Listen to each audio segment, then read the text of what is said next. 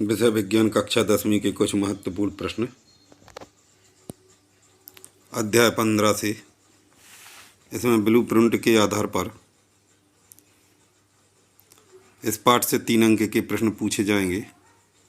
1 अंक के वस्तुनिष्ठ, 2 अंक का 1 प्रश्न। आइए देखते हैं कुछ प्रश्न जो महत्वपूर्ण हैं।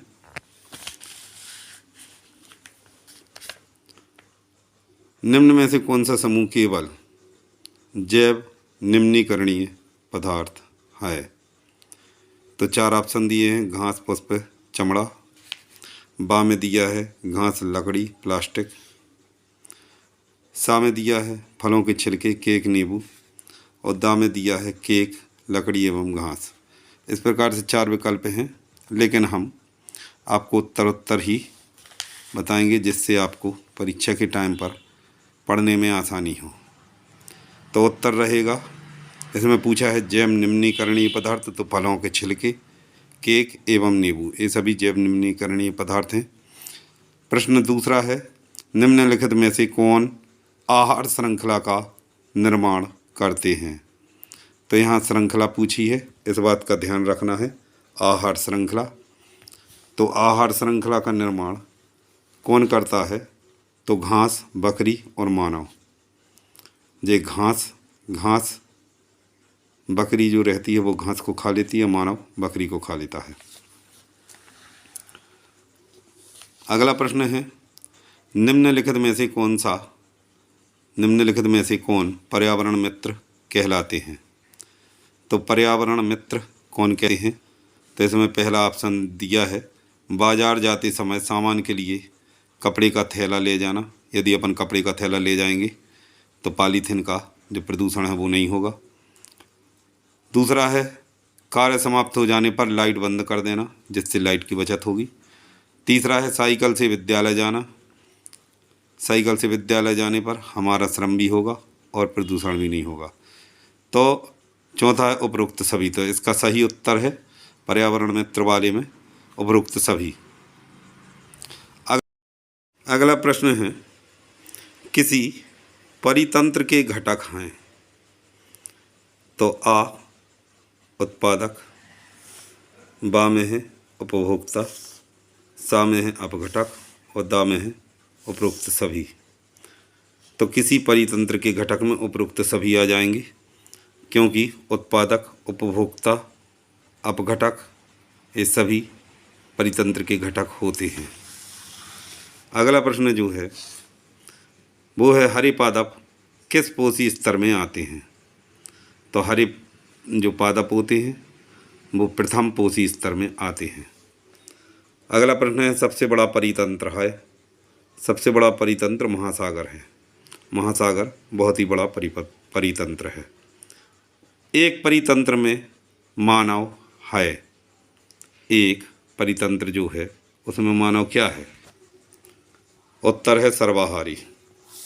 इसी प्रकार से ऊर्जा का पिरामिड होता है, तो ऊर्जा का पिरामिड सदैव सीधा होता है। ऊर्जा का जो पिरामिड होता है वो सदैव सीधा होता है। बहुत ही महत्वपूर्ण प्रश्न है जी। अब कुछ रिक्त स्थान हैं। ओजोन परत को हानि पहुंचाने वाला रसायन खाली स्थान कहलाता है। तो CFC क्लोरोफ्लोरोकार्बन। परितंत्र में ऊर्जा का प्रवाह खाली स्थान में होता है। तो परितंत्र में ऊर्जा का प्रवाह हमेशा एक दिशक होता है, एक ही दिशा में। तीसरा है विश्व पर्यावरण दिवस खाली स्थान को मनाया जाता है। 5 जून को विश्व पर्यावरण दिवस मनाया जाता है जी। 5 जून अपन को याद रखना है, विश्व पर्यावरण दिवस 5 जून। विभिन्न जैविक स्तरों पर भाग लेने वाले जीवों की एक ऐसी श्रृंखला जिसमें जीव दूसरे जीव को अपना आहार बनाते हैं खाली स्थान कहलाती है। तो जब एक जीव दूसरे जीव को अपना आहार बनाता है उसको आहार श्रृंखला कहते हैं। 5वां है जीवाणु और कवक जैसे सूक्ष्म जीव खाली स्थान कहलाते हैं। तो ये अपमार्जक कहलाते हैं। अपमार्जक कहलाते हैं। 6वां प्रश्न है वर्षा के पानी को एकत्रित करना व इसे उपयोग में लाना खाली स्थान कहलाता है। तो ये कहलाता है वर्षा जल संग्रहण। अगला प्रश्न है हरे पौधे खाली स्थान कहलाते हैं। तो हरे पौधे उत्पादक कहलाते हैं, अपन ने पहले ही देख लिया है। अब अगला प्रश्न है, एक पोषी स्तर से दूसरे पोषी स्तर के लिए ऊर्जा का स्थानांतरण खाली स्थान प्रतिशत होता है। तो एक पोषी स्तर से दूसरी पोषी स्तर तक 10% होता है। जो ऊर्जा का स्थानांतरण है वो सिर्फ 10 होता है। अब सही जोड़ी मिलाइए। तो इस प्रकार से जो सही जोड़ी आएंगी इनको भी आपको बहुत ध्यान से देखना है। जी इनके आंसर भी हैं, जैसे 80 dB, तो इसका आंसर है ई, ध्वनि प्रदूषण डेसिबल में नापी जाती है। दूसरा है सर्प, तो सर्प का है सी, मांसाहारी।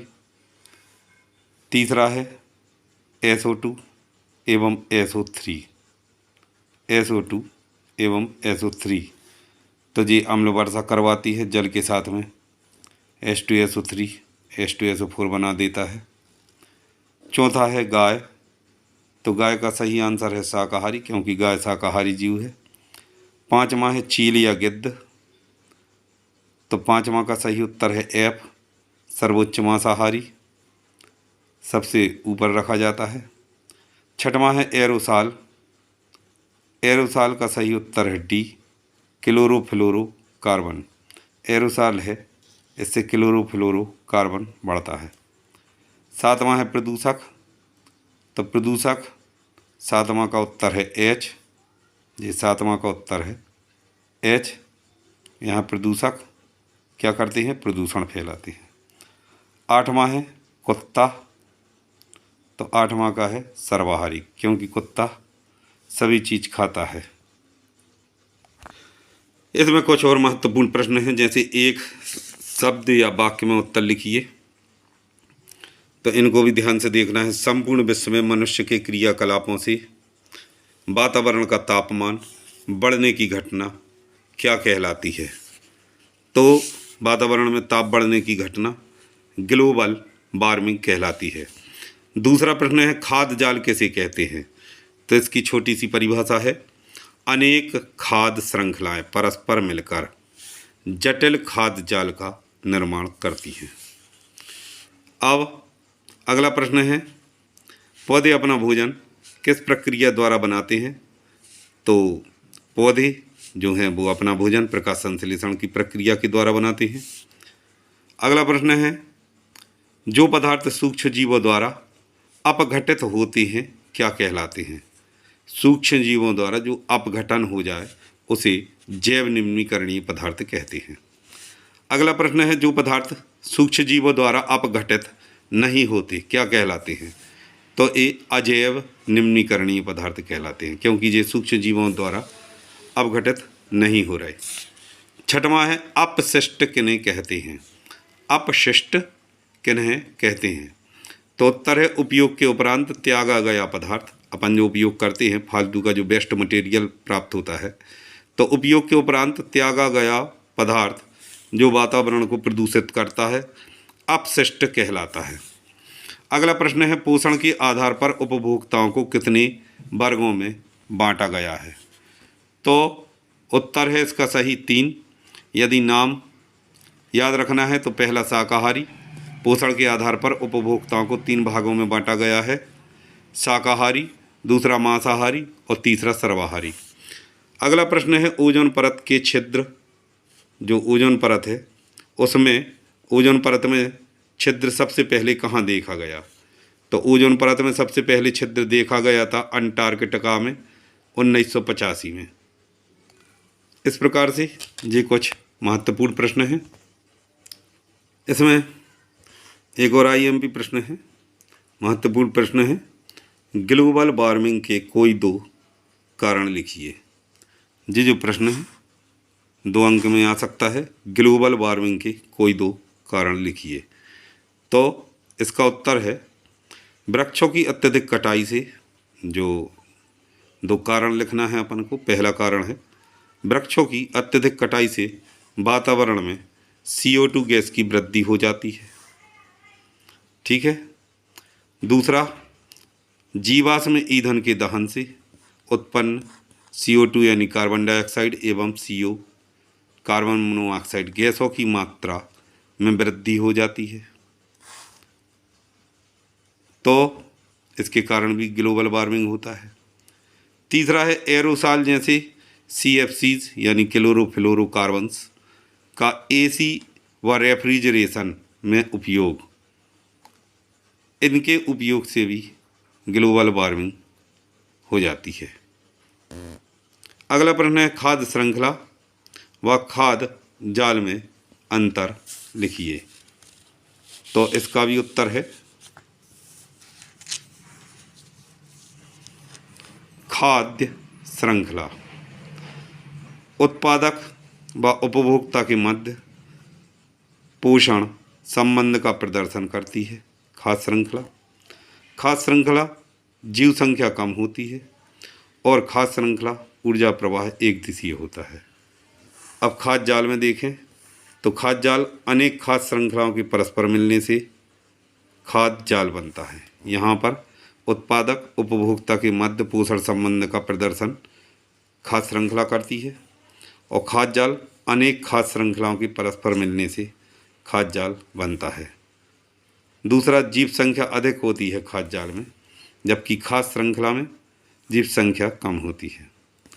खाद्य श्रृंखला में ऊर्जा प्रवाह एक दिशीय होता है, लेकिन खाद्य जाल में ऊर्जा प्रवाह एक दिशीय परंतु साथ साथ बहुपथीय होता है, यानी कई प्रकार से ऐसा जा सकता है।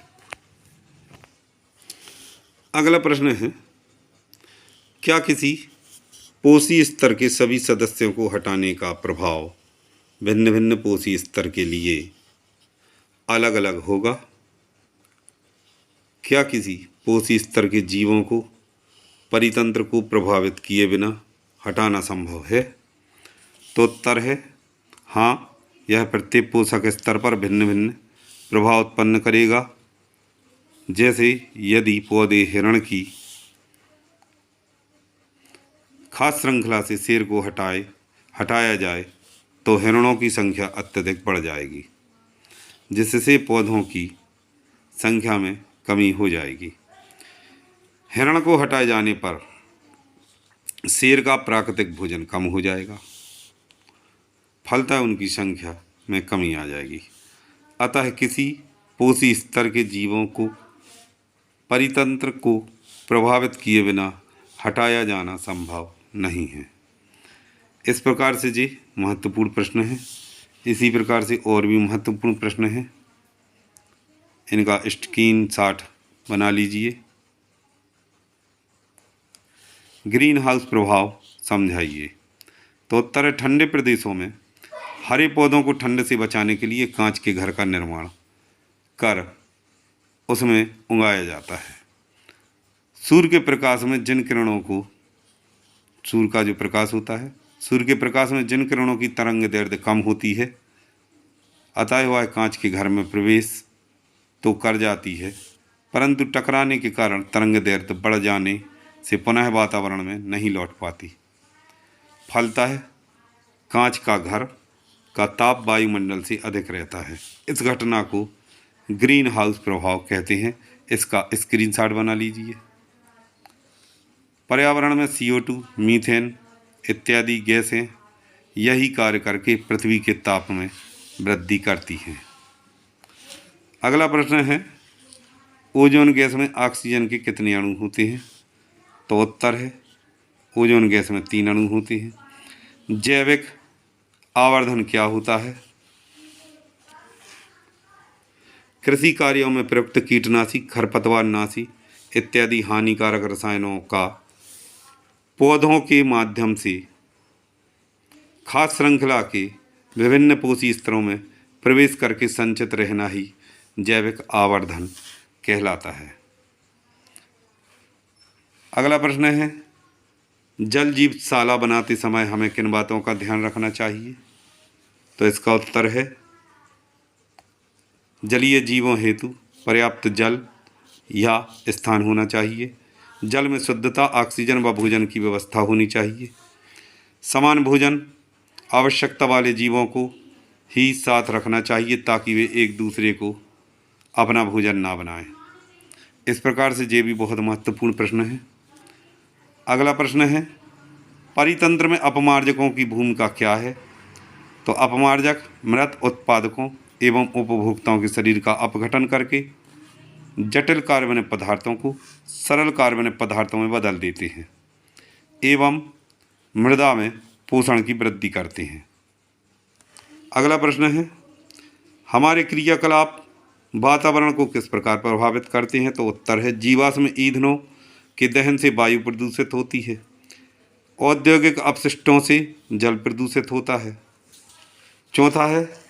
तीसरा है, वनों की कटाई से CO2 यानी कार्बन डाइऑक्साइड की मात्रा बढ़ती है। और चौथा है, ग्रीन हाउस गैसों के प्रयोग से ओजोन परत को नुकसान होता है। अगला प्रश्न है, परितंत्र में कितने प्रकार के घटक होते हैं? नाम लिखिए। तो उत्तर है, परितंत्र में 2 घटक होते हैं, जैविक एवं अजैविक घटक। जैविक घटकों की में उत्पादक जो होते हैं हरे पौधे और उपभोक्ता व अपघटक शामिल हैं, जबकि अजैविक घटक में जो अजैविक घटक हैं उसमें वायु, जल, सौर ऊर्जा, ताप प्रकाश, मृदा इत्यादि होते हैं। जीवाणु एवं कवक अपघटक क्यों कहलाते हैं पर्यावरण के लिए? अपघटकों का महत्व लिखिए। उत्तर है, जीवाणु तथा जीवाणु एवं कवक मृत उत्पादकों व उपभोक्ताओं को सरल यौगिकों में अपघटित करके मृदा का भाग बना देते हैं, अतः अपघटक कहलाते हैं। जीवाणु व कवकों को प्राकृतिक सफाई कर्मी भी कहते हैं, क्योंकि ये अपघटन द्वारा प्रकृति में पोषक तत्वों का संतुलन बनाए रखते हैं। अगला प्रश्न है, पर्यावरणीय प्रदूषक क्या है? 3 अजैव निम्नीकरणीय प्रदूषकों के नाम लिखिए जो मानव के लिए हानिकारक हैं। तो ऐसे पर्यावरणीय प्रदूषक देखते हैं। जो पदार्थ पर्यावरण को दूषित करते हैं पर्यावरणीय प्रदूषक कहलाते हैं। 3 अजैव निम्नीकरणीय प्रदूषक हैं, प्लास्टिक, पॉलीथीन और कृषि रसायन, जो कृषि में दवाई डाली जाती हैं, कीटनाशक डाले जाते हैं। अगला प्रश्न है, ओजोन परत की क्षति हमारे लिए चिंता का विषय क्यों है? इस क्षति को सीमित करने के लिए क्या कदम उठाए गए हैं? तो ओजोन परत की क्षति चिंता का विषय है, क्योंकि ओजोन क्षरण से ये हानिकारक पराबैंगनी किरणों को पृथ्वी पर आने से रोकती है। जो ओजोन परत होती है हानिकारक पराबैंगनी किरणों को पृथ्वी पर आने से रोकती है, अन्यथा त्वचा कैंसर जैसे रोगों की संभावना रहती है। वायुमंडल का ताप बढ़ता है, अनुवांशिक विकृतियाँ उत्पन्न होती हैं।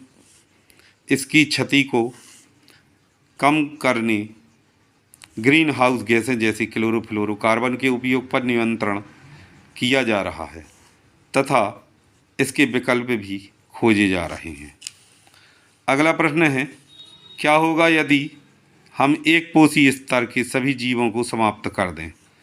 तो किसी पोषी स्तर के सभी जीवों को नष्ट होने से उस पोषी स्तर से नीचे के पोषी स्तर के सदस्यों की संख्या अत्यधिक बढ़ जाएगी, जबकि नष्ट हुए पोषी स्तर के ऊपर के पोषी स्तर के सभी जीव भोजन के अभाव में नष्ट हो जाएंगे।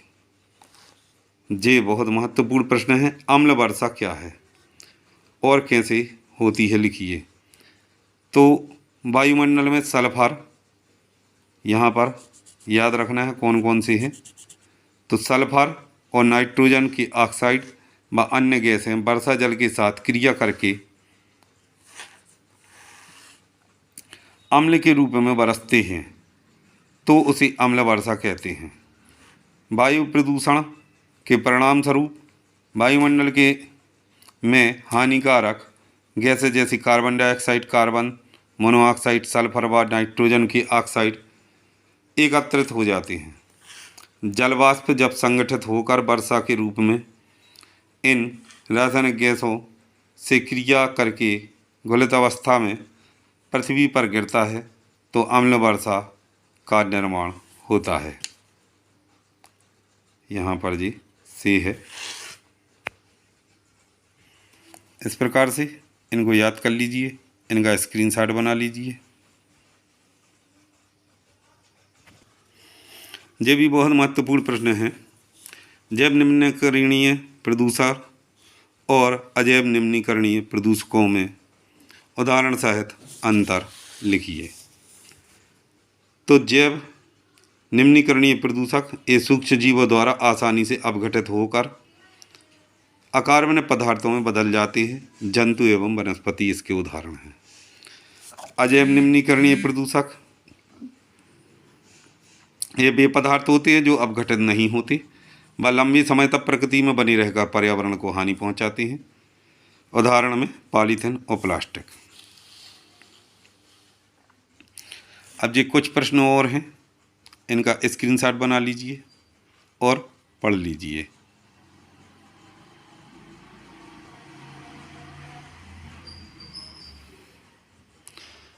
जैसे विकास पर्यावरण को किस प्रकार प्रभावित करता है,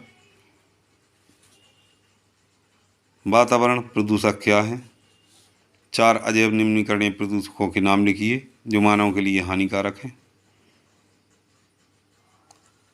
निम्न वायु प्रदूषक वातावरण को कैसे प्रवेश कराते हैं और मानव जाति को कैसे प्रभावित करते हैं। इस प्रकार से इनका स्क्रीनशॉट बना लीजिए और याद कर लीजिए।